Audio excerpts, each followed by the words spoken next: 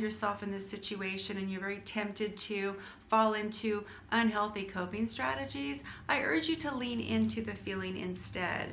So while our brains are hardwired to avoid pain and seek comfort, right? That's good old psychology 101. I want you to go toward it. And your brain's gonna fight this a little bit because it doesn't like it. But I'm here to tell you that you can totally stand the unpleasantness for short periods of time. For example, if the person that you need to have that discussion with is kind of easy to anger, you know what I mean? The kind of person that has a short wick and they get lit up really quickly, you can stand it. We don't have to be afraid of the emotion of anger. We can stand it for a short period of time. Just remember to keep the conversation about the issue, not the person. So character assassinations are off the table. Another thing you can do to have better coping strategies, and these are just some really simple techniques, and they will be in the comments below, and that is another coping strategy: take really good care of yourself. Now, do those nice things for yourself. Begin to be more meditative. Learn how to meditate. Learn how to find the joy of doing nothing. Learn how to self-soothe in ways that are good for you. Eating healthier, going for a long walk, picking up the phone and calling a friend.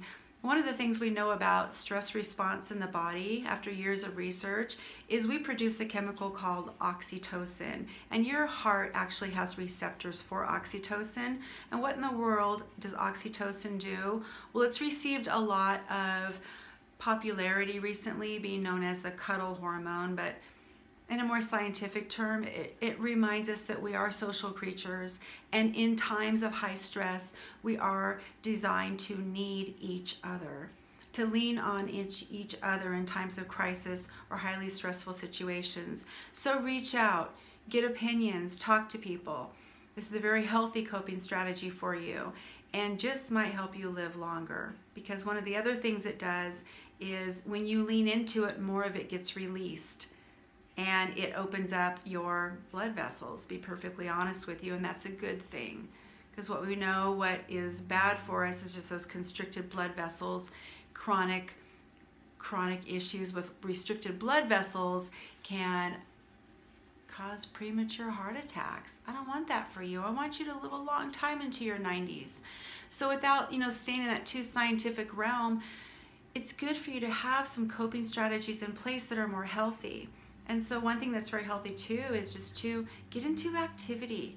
Anxiety does not like activity. Anxiety wants you to stay in your brain and stay in your head and practice the what if game. And what if? Well, that doesn't help anything.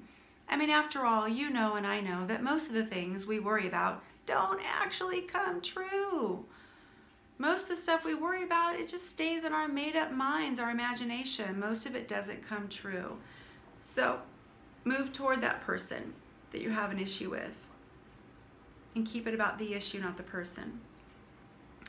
Move toward those situations that cause you to feel a little bit of fear. It's okay. That's where you're going to learn about yourself, my friend.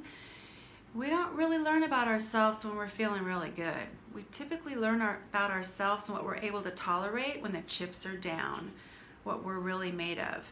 And friends, you are made of a lot of resilience and more strength than you ever even knew. You are the result of the survival of the fittest. What does that mean? You're tough. You're really tough. There are lots of things that you can do on a daily basis to keep you on your game. Meditation's very helpful. Having a crisis plan in place in the event that something like this does happen again, that you can address it right away with a plan in place. So the reason I say this is because we don't often make very good decisions in the heat of the moment. I know I don't. If I have a knockdown drag out with my best friend, this is not the time to ask me to do a quadratic equation despite my love for algebra. You know what I mean? You catch it when I'm throwing here. So you want to have that crisis plan in development while you're feeling good, while you're not feeling activated or highly stressed out. Have a plan for yourself. Have a go-to. Have a friend you can call. I hope this was helpful to you. Please click on the bell below so you get more notifications. At K Counseling, we are anxiety experts. We are the people that people come to when they have had it with anxiety. We've got some things in place, some stress reduction techniques that help. How do I know they help? I don't recommend what I don't use myself. And as a mental health expert, I'm here to tell you the way you think about your anxiety means all the difference in the world. In other words, if you feel like, oh, I can't take these anxious thoughts, then you might not be able to. So you got to begin to think about this a little bit differently. You know, I'm feeling anxious right now, but I can totally handle it. This person's really angry at me right now, but I can handle it because I know it won't last forever. Being in that place where you're able to handle unpleasant feelings for short periods of time is very helpful. I hope you love this video. Don't forget to click on the bell below so I can come to you with even more good stuff in the future. Thank you. Have a great